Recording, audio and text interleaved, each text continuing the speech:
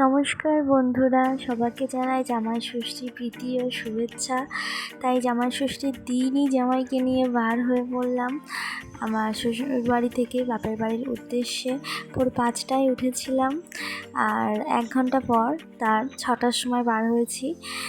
1 ঘন্টা কিন্তু আমার জন্য মোটেও কাটেনি, আমার হাজব্যান্ডকে তো মানে ডেকে ডেকেও তোলা যাচ্ছিল না, তো তার জন্য লেট হয়েছে। রাস্তা মোটামুটি ফাঁকাই ছিল। আর প্লিজ ভিডিওটা একটু ধৈর্য সহকারে দেখবেন, শেষ অবধি যদি ভালো লাগে অবশ্যই লাইক কমেন্ট শেয়ার করবেন। এত সকাল সকাল বার হওয়ার কারণেই কিন্তু রাস্তাঘাট সব ফাঁকা ছিল। এর 1-2 ঘন্টা মোটামুটি পরেই বার হলে রাস্তা আর ফাঁকা পেতাম না। শহরের রাস্তা এমনিতেও খুব জ্যাম হয়, কিন্তু গ্রামের দিকেও ফাঁকা পেতাম না অন্তত আজকের দিনে। আর আগের বছর যা অবস্থা হয়েছিল তাতেই বুঝে গেছিলাম যে সকাল সকালই যেতে হবে। আর এই জায়গাটা আমার খুব ভালো লাগে। আকাশটা দেখো যে কতটা সুন্দর, ভীষণ ভালো লাগছিল সকালবেলা। আর এই যে কয়েকটা জামাই যাচ্ছিল, আমি যেটা শ্যুট করে নিয়েছিলাম, আরও অনেকেই যাচ্ছিল, তখন ভিডিও করেনি। আর আমরা জানি এমনিতেও এই সময় রাস্তায় গেলেই জামাই মেয়েদেরই দেখা যাবে। আর এই যে আমরা চলে এসেছি, আমার ভাই তখনও অবধি শুয়ে আছে আর আমরা এত জার্নি পারি করে আসলাম। তারপরে শুরু হয়ে গেল জামাই ষষ্ঠীর প্রথম পর্ব আমাদের।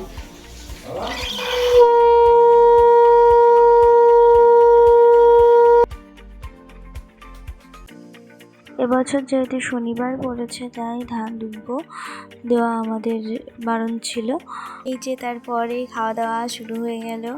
তো ডিশেস এইগুলো: মুড়ো ঘন্ট, পোলাও, ভাত, 6 রকম ভাজা, ডিমের ডেভিল, ডাব, চিংড়ি, পাতুরি, ইলিশ মাছ, চিংড়ি মালাইকারি, চাটনি, পাঁপড়ও ছিল কিন্তু দেওয়া হয়নি। যতগুলো সামর্থ্যের মধ্যে সবই প্রায় করেছি। আর এই যে আমার অবস্থাটা, মাথা আঁচড়ানোর টাইমও পাইনি আমি। মেয়েদের তো জানো কত কাজ থাকে। কেন তো আমার পরের অবস্থাটা ওরকমই হয়েছিল, শেষ করতে পারিনি, অর্ধেক শেষ করেছিল। এই যে বসে পান খাচ্ছে, আমিও কিন্তু একটা মিঠা পান খেয়ে নিলাম। আর খাওয়ার পরে দেখো আমার বর একটু হাঁটাহাঁটি করছে, 10-15 মিনিট করলো হাঁটাহাঁটি। অ্যান্ড দেন সন্ধ্যা হয়ে গেল। আমি, আমার বর আর আমার বাবা গিয়েছিলাম শপিংয়ে।